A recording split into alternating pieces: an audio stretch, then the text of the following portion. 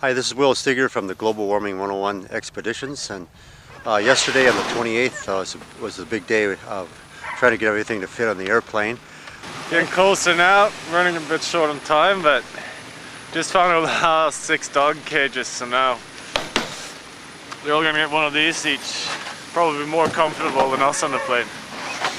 Pretty stressful, I have to admit, the last couple of hours. What do you think, Sam? Yeah, pretty hectic.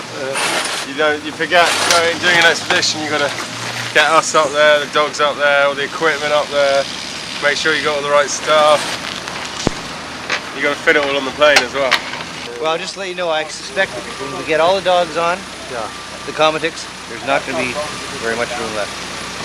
We'll have to fit it in somewhere. Yeah. We'll figure it out.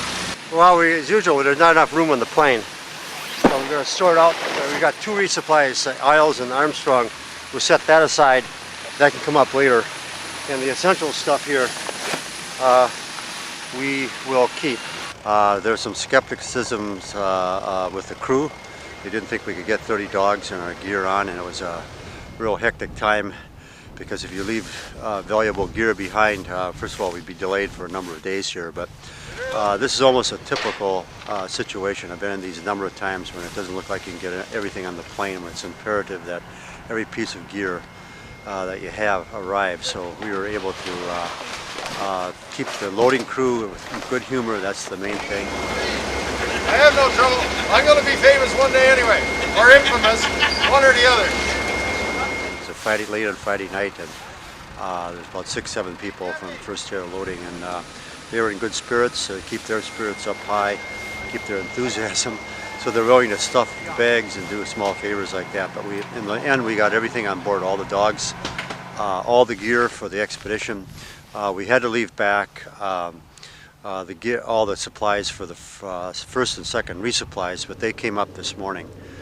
There was a charter flight that was coming up, a freighter that they set aside some room for us. Had to call down Ottawa for that to get pull a favor.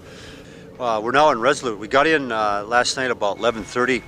It took us almost 5 hours to unload the plane, mainly staking out the dogs. We worked until actually the sun was starting to come up again. It was a long process moving the dogs.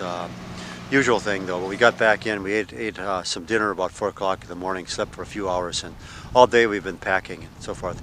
It's pretty cold weather right now. It's 35 below, a little bit of a wind. Wind chill is pretty cold, probably about 55 below right now.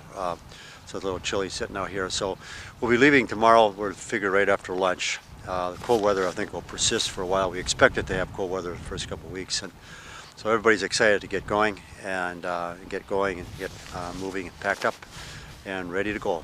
And this is Will here at Global Warming 101 Expeditions, over and out.